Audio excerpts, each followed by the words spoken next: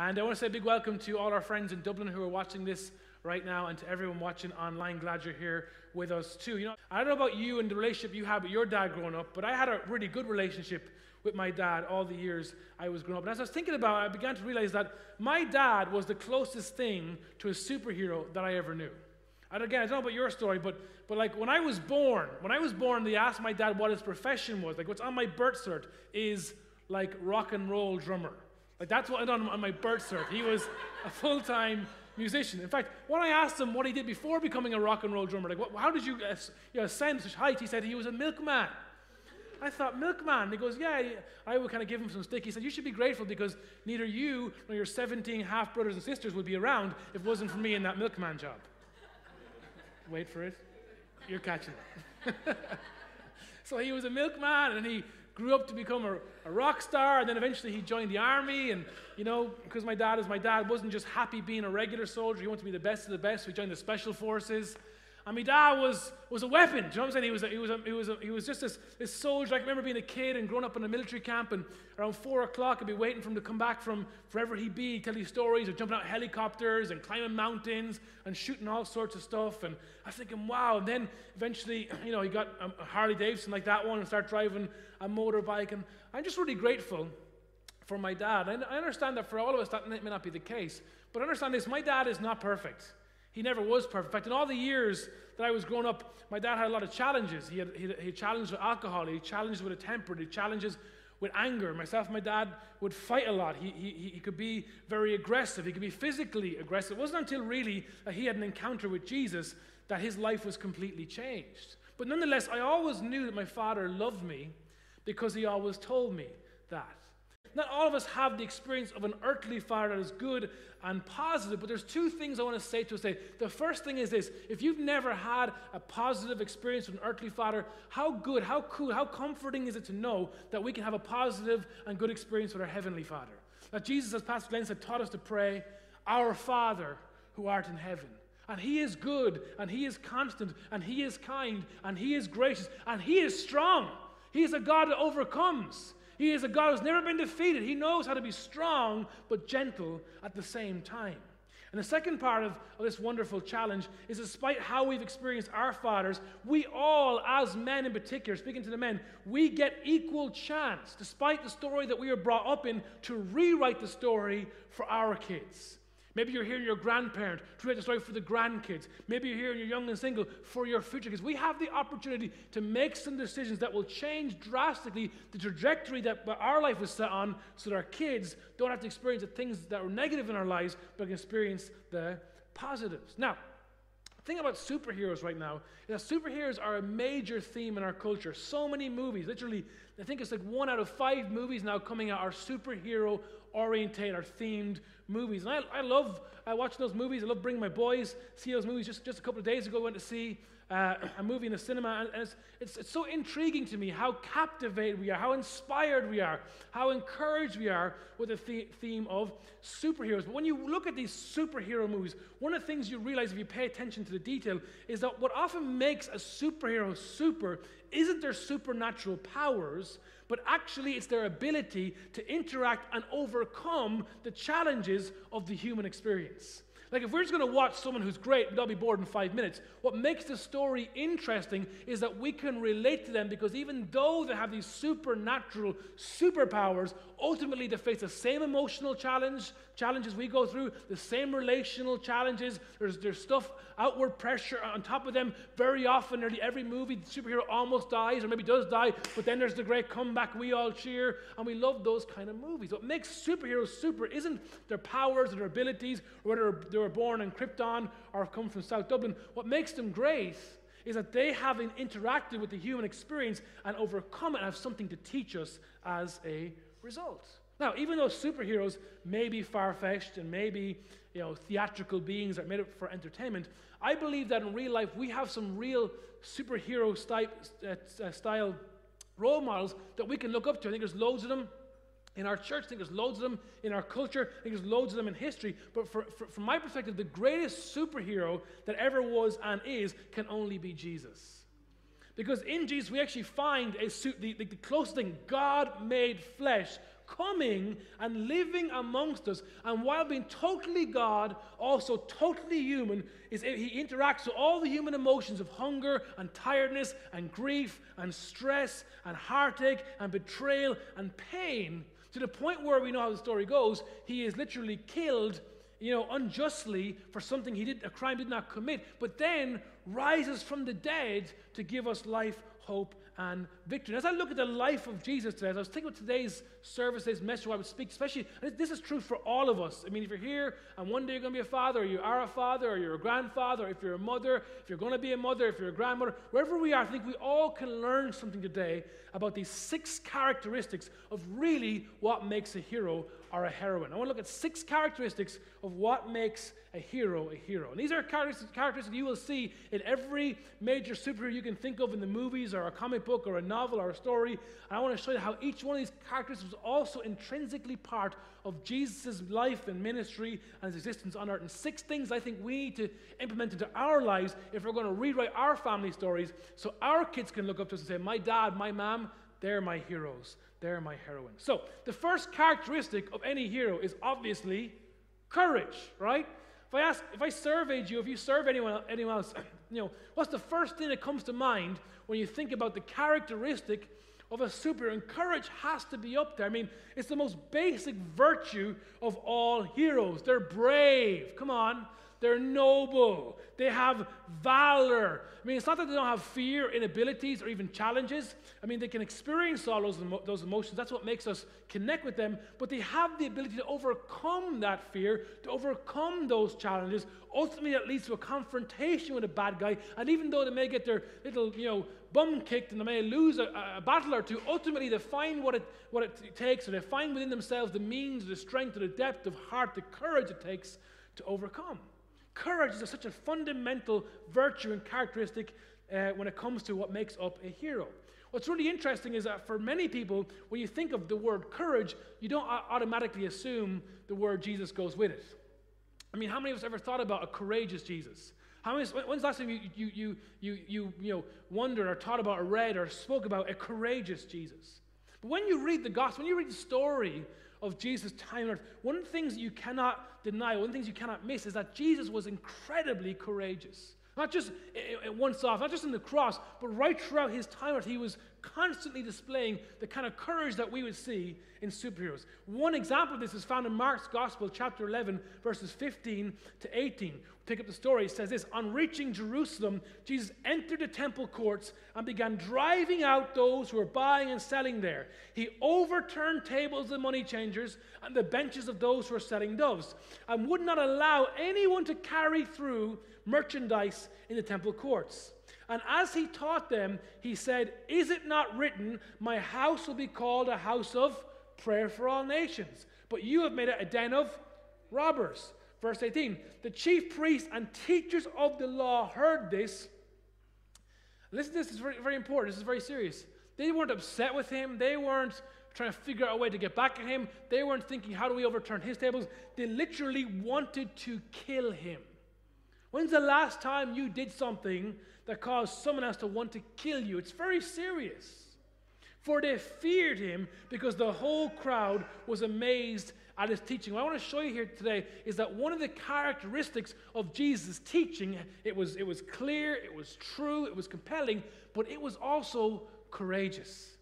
His teaching was courageous. To put this in context, basically, the temple at this time was the place that people would go to worship. We understand this. Most of us grew up in the Roman Catholic tradition where we believe we had to go to a specific place in order to worship God. For many Jews, that was the temple. You had to go to the place to worship God. The problem was that between the place where they could worship and the place where they were was this kind of courtyard. And because so much of the Old Testament style of worship demanded sacrifice, people had to come with an animal or some kind of gift in order to worship. And what happened was these money changers and these salespeople, they would position themselves between God and people, and to get through they had to buy something, maybe like a dove or some of the things that are mentioned here in the text. And very often they would extort and they would exploit and they would ridiculously overcharge people in order for them to be able to worship God. Jesus, upon seeing this, imagine this is a huge building. This is not like a small little room. This temple would have been the size of Tesco. And Jesus walks in and starts flipping these tables. One translation kind of hints at the fact that maybe he even had a whip. I mean, he's walking around whipping. I don't know if he's whipping people, whipping tables, whipping doves, whipping the air. He's whipping something. But he is clearly upset, not angry at the people, but angry at how they were blocking those who are far from God from coming into contact with him. I still believe to this day that Jesus has very little patience for things that stop or block or hinder people who are trying to find God. I think one of our endeavors as a church should be to constantly remove things, to remove obstacles that make it hard for people to come to God. But in front of all these people, to the point where they wanted to kill him, nonetheless, Jesus flips these tables, shows incredible courage. Can you imagine what people are saying? Can you imagine, just yesterday, myself and the boys, we were down at the zoo. And by the way, Dublin Zoo is amazing. I mean, they're totally upgraded. I couldn't believe it.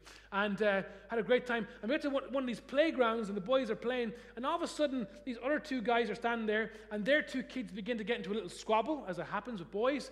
But with the one guy who was a big guy, he wasn't really happy and kind of looked at the other kid's father to intervene. The other kid's father intervened. Then the big guy got like this close to the other guy's face and started like shouting and cursing and like getting ready to kill this guy.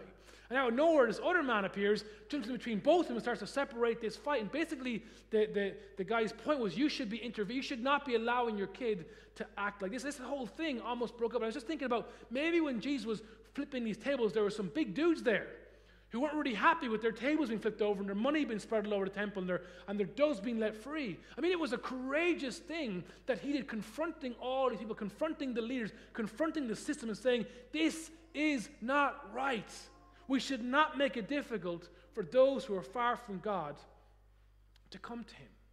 I mean, come on, is this one of the core things that makes a hero here? Is this one of the core things that we love when we think about fathers, is their courage? They'll climb the tree. They'll pick up the spider. Do you know what I'm saying? They'll go talk to the neighbor. I mean, dads have this fearlessness, this courage that we want to emulate, that we want to have in our own lives, a courage that we see so often portrayed in some of our most favorite superheroes. The second characteristic we see so often in these movies is integrity. And at first this may not seem like an obvious one, but when you think about integrity is hugely important in any superhero narrative. Why? Because integrity is what defines the good guy from the bad guy.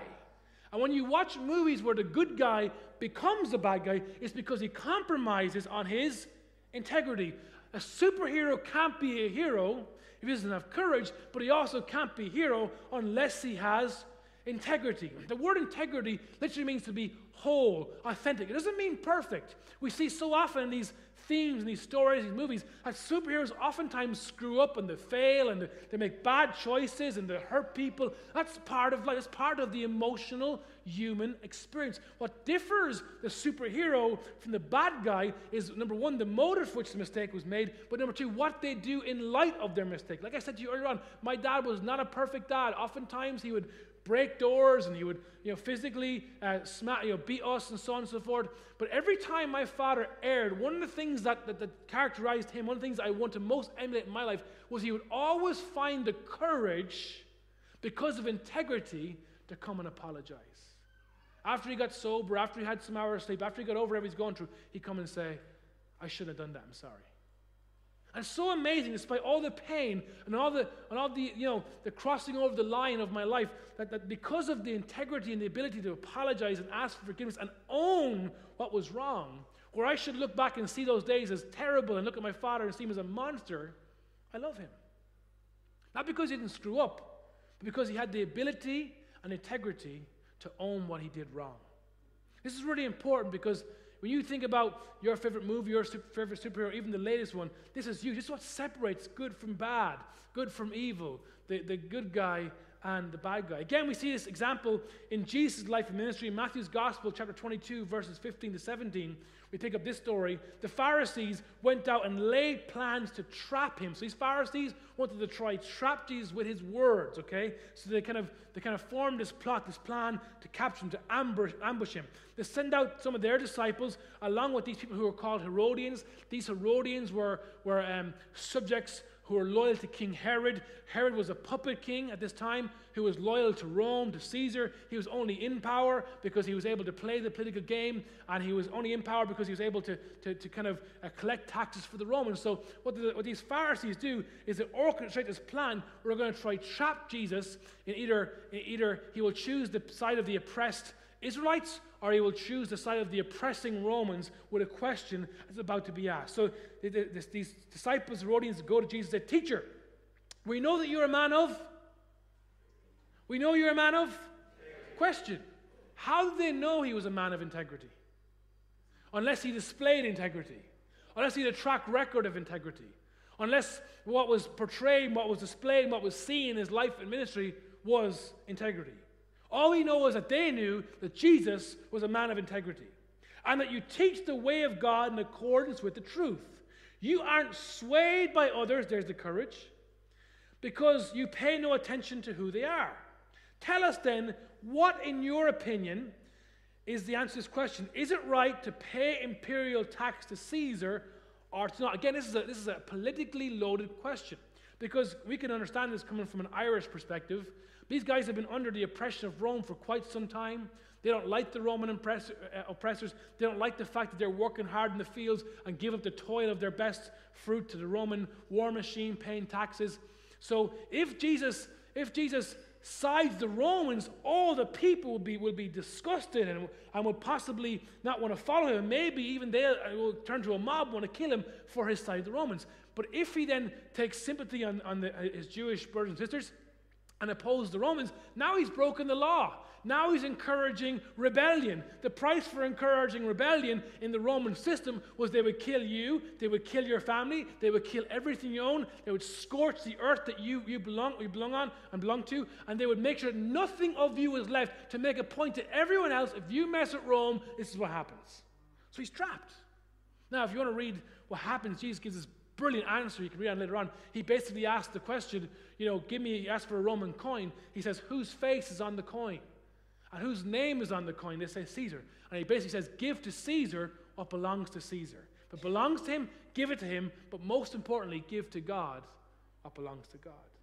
But we see in Jesus this ability that even when he's trapped, even when he's tested, even when the crowds and the peer pressure want to force him to compromise. Come on, guys. You know what it's like when a tax year comes to an end and you can just change that number? You know what happens in work when your boss asks you? You know what I'm talking about when your wife says, where have you been? It's so easy to cross that line and compromise our integrity. But our kids see that.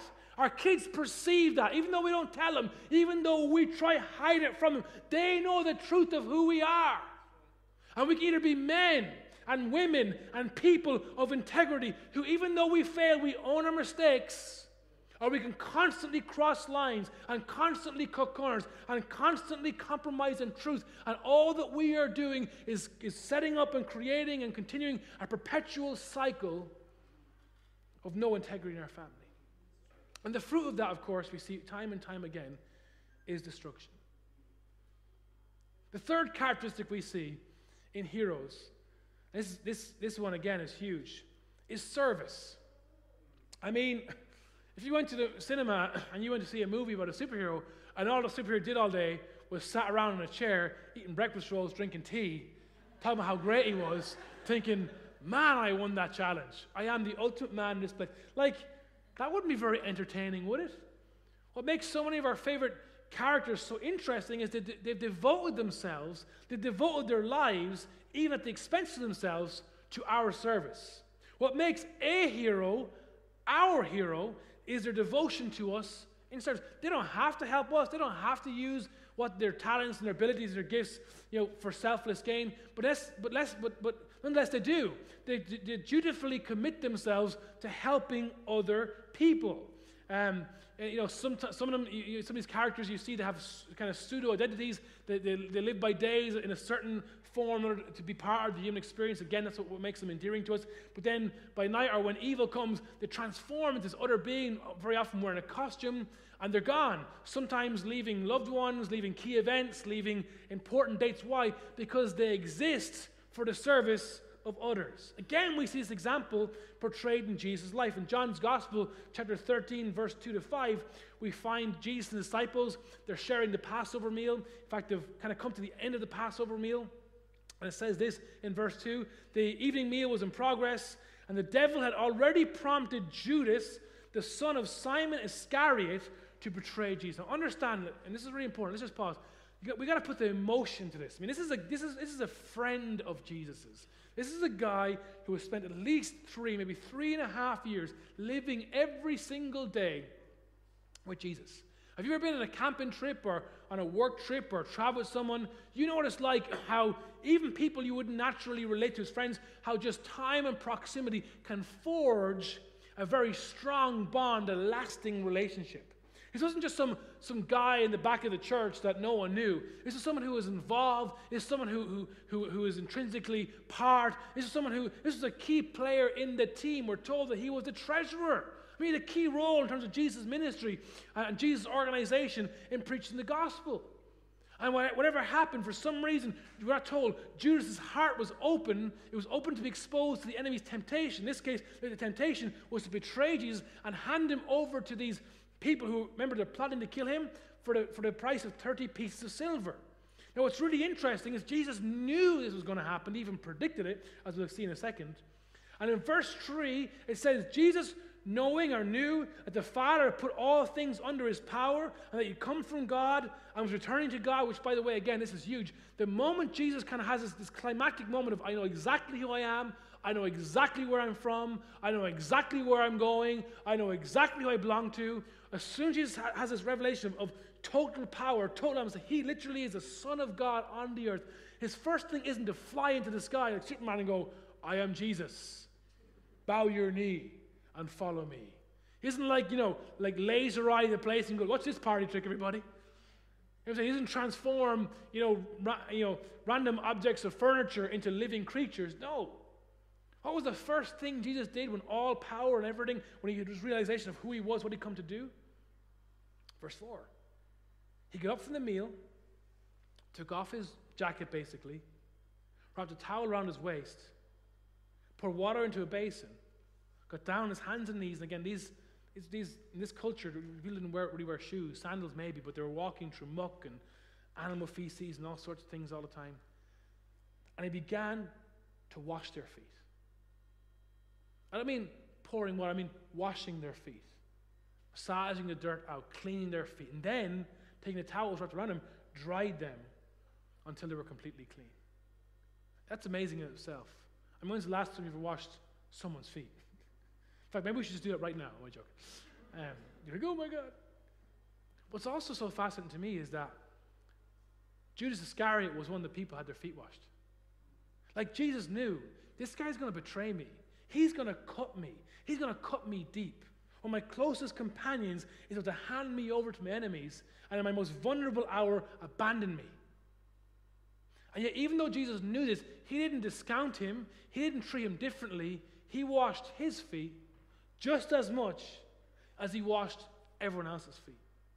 Which shows us that real heroism isn't about helping those who can help you, or helping those you even like, or helping those who have helped you. Real heroism is the reason I can serve anybody, anywhere, anytime, because service isn't about them and they're deserving it. Service is about me and who I am. And I think one of the things that makes parenting such a precious part of a society is that parenting at its core is all about service. I made this joke this morning as I was coming in. I said, kids, this is the thing with kids. I said, you can't live with them, but you can live without them. But we choose not to, because we love the fact of something about having kids and raising kids that connects us to the very creation, the very purpose why God created us, in that true life, the essence of life is only when we get to use what God has given us to help other people. There's this untold or unspoken of privilege and honor in pouring our lives, in pouring our gifts, in pouring our energies, in pouring every last drop of our sanity, or sometimes it feels, into these kids. Why? No one made us do it. No one put a gun to our head and said, you have to be a parent.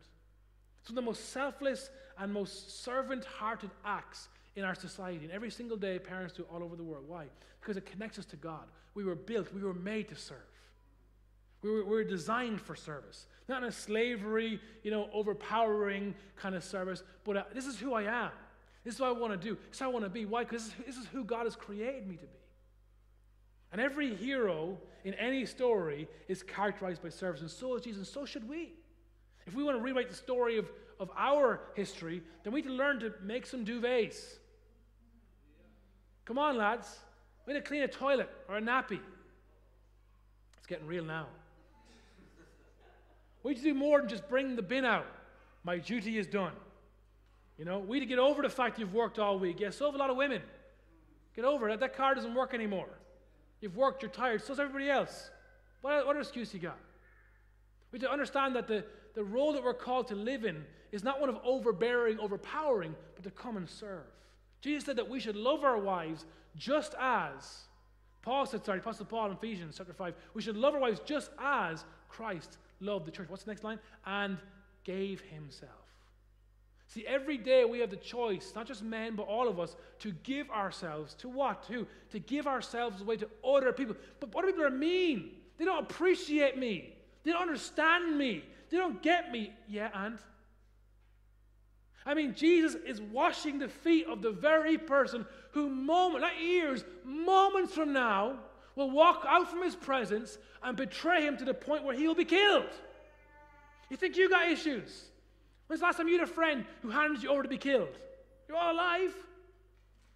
Serious issues. But nonetheless, the challenges he faced and the character and lack of integrity in the people around didn't change the fact that Jesus, like any great hero, was devoted to the service of others. That's why, in my opinion, Jesus isn't just a hero, he's my hero. That's why we sing his name in church. He's our hero. Because when we didn't deserve it, when we were far from God, when we were broken, we were betraying him every single day in our thoughts and our words and compromising what we knew to be true and right in our hearts. Still, he came and rescued us from our low and broken place. The fourth characteristic of a hero we see so often, and again, this is an obvious one, but it's very important, is humility. Who likes an arrogant superhero? Isn't one of the things that makes superheroes kind of cool and endearing, perhaps one of the best things about them, is that very often they don't see themselves as super or hero. They have this kind of ability to keep their feet on the ground. People, almost worship them in terms of their view of them, but the hero themselves are so consumed with their flaws and their imperfections that they have this balanced approach to themselves that makes us connect with them so well. Humility is a key trait in any kind of hero. Again, humility was also a huge part of who Jesus was. In the book of Philippians, chapter 2, verse 3 to 8, the church, the early church, the first church, used to have songs like we have songs, and here we have recorded what was a worship song. And the Apostle Paul tells the church in verse 3, do nothing out of selfish ambition or vain conceit. Rather, in humility, value others above yourself. This is just packed full of stuff. Not looking to your own interest, but each of you to the interest of others. And he kind of transitions into what would have been an old church song. And the song went like this. After verse 5, in relationships with others, had the same mindset as Christ Jesus. Verse 6, who, being in very nature God, did not consider equality with God something to be used to his own advantage. Hence, he wasn't flying, he was washing feet. Verse 7, rather, and notice these next three words, he made himself. Say with me, he made himself. Rather, he made himself nothing by taking the very nature of a servant and being made in human likeness. And being found in the appearance of man, he humbled himself and becoming obedient to death. Not just death, not any kind of death, not a glorious death, but the death, or even the word there, even death on a cross. Jesus, in my opinion, the greatest superhero there is, demonstrates incredible humility in, number one, the fact that he came to our world. And number two, he chose not to use his powers to his own advantage, but he healed the sick. Come on. He helped the poor. He didn't use his powers to his own advantage. He wasn't sitting in some throne, floating in the sky, watching Sky Sports 2,500 years before it was invented. He used all that God had given him, who he was as God, to help other people. And any superhero who's to be super needs to have humility.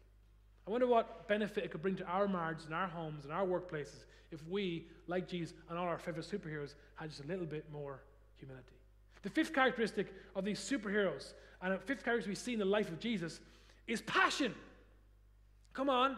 Every superhero stands for some cause, often a cause greater than themselves. And one of the things that makes them such kind of inspiring leaders is they're passionate, often passionate about justice and willing to fight against injustice. Oftentimes, most of our superheroes that we love have a person they love, a human being who is weaker than they are, more vulnerable than they are, more susceptible to being kidnapped by the bad guys all the time. How funny is that?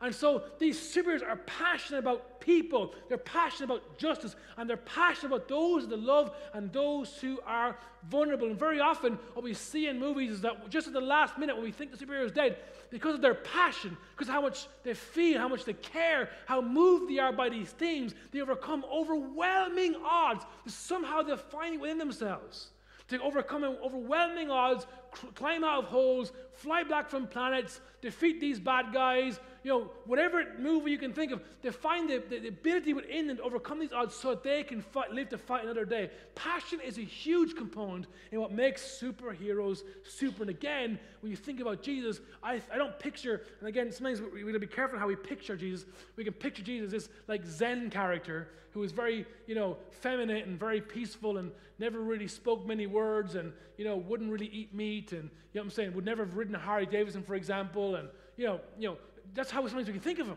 Like, I don't know what exactly he's like, his Bible doesn't say, but I don't think of him like that. I think of Jesus as a passionate being. I mean, if he came as a man, not a woman, it means he's a man's man. Come on, somebody. It's not that women are less, he came as a man. He'd probably be riding a Harley Davidson if he was here, eating a breakfast roll. Well, probably not breakfast roll because he was Jewish. That might be an issue. But a meat-filled, like a cow-filled breakfast roll. You know what I'm saying? Reinventing their own for him. And he was passionate. Whenever you see him interact with people, he was passionate. In fact, as I was praying, I was thinking, in my opinion, what was the most passionate moment of Jesus' time on earth? I was immediately reminded of Jesus' prayer in Gethsemane. In Luke chapter 22, verses 41 to 44, you want to see passionate prayer? You ask the question, how should men pray? Listen to this. He withdrew himself about a stone's throw beyond them, as his disciples. He knelt down, he prayed. His prayer was, the prayer, Father, if you are willing, take this cup from me. I love this. It's honest. God, I don't want to go through this. This is not fun. This is not cool. This is not ideal. If there's any way to not do this, help a brother out. I mean, I love that Jesus was real. He was human. He had integrity. He was struggling with the human emotion. I mean, God has basically asked him to die so that we wouldn't have to. And Jesus, just before he's betrayed, is praying, and he's wrestling with all this, and he's praying to God, saying, if there's a way around this thing, help me. But ultimately, not my will, but your will be done. How do you pray through difficult circumstances? Here's the answer. You say, God, if there's a way, get me out of here. But if not, whatever your will is, let it be done, because I trust that you are good. I trust that you are faithful. I trust that you will come true for me. I trust that even though I can't understand this season, you're doing something bigger than me and beyond me. It says in verse 43 that as he prayed, an angel from heaven appeared to him and strengthened him. I love that. I love that how when we pray and we don't have the ability or strength, God sends resources from heaven to help us. I mean, come on. Have you ever prayed before and been weak and not sure, no, I can't do this, and all of a sudden something changes? Like the Holy Spirit does something within you. Like I said last week, nothing changes out here, but everything changes in here. His angel strengthens him, and he prayed more. And watch this in verse 44. And being in anguish, he prayed more earnestly. And his sweat was like drops of blood falling to the ground. Jesus prayed so earnestly. He prayed so passionately. He prayed with so much heart that literally his capillaries began to burst and sweat, like droplets of blood began to come off his skin. That's how hard he was praying. That's how passionate Jesus was. Not about favorite sports team. Not about his nationality, patriotic passion. Not even about himself. He was passionate about the fact that there was this great injustice in the world, that sin had separated mankind from a loving Father. And people who were broken and lost and were hurting could not find their way back to home to where they belong in heaven. And they were finding these other ways and other means. And ultimately they were destroying each other in the pursuit of wealth and happiness and good fortune. And Jesus, like all superheroes, the greatest superhero, he's praying with passion, saying, someone has got to do something about this. And Lord, if you've called me to step into this gap and lay down my life to save these people, let your will be done. That's why the movie was called The Passion of the Christ. He was passionate in death, not about death, but what death would bring him. Us.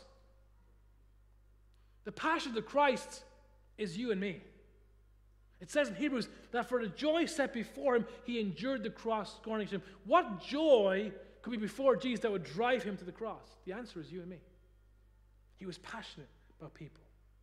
So we see 5 characteristics so far: courage, integrity, service, humility, passion, and last but by no means least, in fact, probably the greatest and most ultimate attribute of any hero in any story, in any genre, is, of course, sacrifice.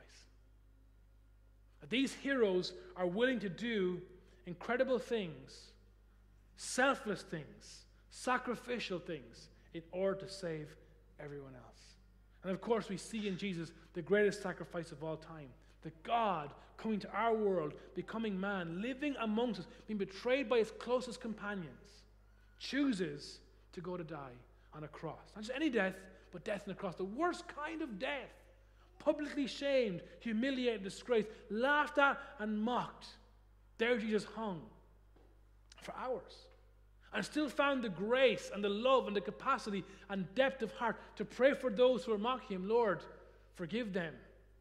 They know not what to do.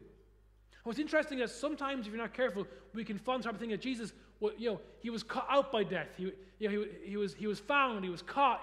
It wasn't part of the plan. But I want you to know that Jesus' death wasn't, the climactic point of some great journey. Like he was on this journey, all of a sudden he was caught. Okay, lads, it's been great, but now it's time to close the show. No. Jesus was very clear from day one that his purpose on being on the earth was to give his life. For the 3.5 years, he traveled around Galilee and Judea, preaching, healing the sick, casting out demons, doing all the things he did. He had one thing in mind. He had one clear focus. The Son of Man has come to give his life as a ransom for many. We don't understand that language of ransom because we don't have slavery, thank God, anymore. But think of it like this, that you have to pay your debt, like a loan or interest, the bank looking for interest, and you don't have the ability to pay. Jesus said, I'm going to come and pay the difference in your interest so you can be set free. Even though I have no debt, even though it wasn't my mistake that got me there, I'm going to come and I'm going to sacrifice myself for your well-being. In Mark's Gospel, chapter 10, verse 32-34, it says this: as they're on the way to Jerusalem, Jesus was leading the way, and his disciples were astonished, while those who followed him were afraid. Again, he took the 12 aside and told them what was going to happen to him. Notice, this is Jesus predicting his death. Verse 33, we are going up to Jerusalem, he said, and the Son of Man will be delivered over to the chief priests and teachers of the law by who? None other than Judas Iscariot, who's listening to this conversation. They will condemn him to death and hand him over to Gentiles, who will mock him, spit on him, flog him, and kill him. Jesus isn't saying, hey, listen, this could get heavy. Get ready, Peter. This is getting nasty. It wasn't like he was caught or found out. He knew that his purpose in going to Jerusalem at this time was to be handed over, publicly disgraced, publicly humiliated, crucified on a cross, so that we who are far from God could come home. But of course, not only did he predict his death, but he also predicted his resurrection. Because he says, 3 days later, he will rise. And just like any great superhero, there's always a moment of climactic resurrection. Where do you think they get that theme from, other than the original theme, the theme of Jesus? See, in my opinion, Jesus is the greatest superhero there is for 2 reasons. Number one, he is real, and he is here. And number two, unlike Batman and Superman and Spider-Man and every other man there is, they were mere human beings or aliens with supernatural abilities that could only help us in the physical realm. But Jesus has the power to help us in every realm. Not just this world, but the next world. He has power and dominion and authority in every realm, in every planet, in every cosmos, in every galaxy, in every space of time and matter. Jesus King, Jesus ruler, Jesus Lord of all. And we can have confidence that today we worship a God, a Father who is good and who is able, because we see in his Son all the attributes of an amazing superhero. He was courageous. He had integrity. He came to serve. He demonstrated incredible humility. He was passionate, and ultimately he paid the ultimate price in self-sacrifice so those who are far from God could come near to him. And today in Father's Day, as we celebrate fathers, let's take a moment to celebrate the ultimate Father. The Father who first so loved the world sent his Son into this world for our benefit, for our well-being, for our salvation. Let's remember that we worship a God who is and lives. And even though we watch movies that are fake and phantasaical and theatrical, we have in existence among us in this place a living and resurrected Jesus who has power to heal us and restore us and reconcile us and recalibrate us and redeem us. And whatever we need to be done, he can redo it. Because he has the power to bring back life, to literally revive us from the point of death and from the grave itself. And let's aspire, whether we're men or women, young and old, to be like Jesus and to be heroes. Because we can be heroes. Even though we can't shoot lasers from our eyes or fly or cling to walls, even though we're like everyone else, just ordinary people, God has called us to extraordinary purpose in Christ. And we may not have the power to fly and do all these magical feats, but we can be courageous. We can walk in integrity. We can be humble. We can serve other people. We can be passionate and not afraid or apologetic for the things that we believe in. Come on. And we can find creative ways to constantly take sacrificial steps in being like our Savior, in being like our Lord, in being like our God for the sake of other people. We all can be heroes, not just for one day, but every day if we choose to implement. If we make ourselves like Jesus did, to live out these principles and these characteristics.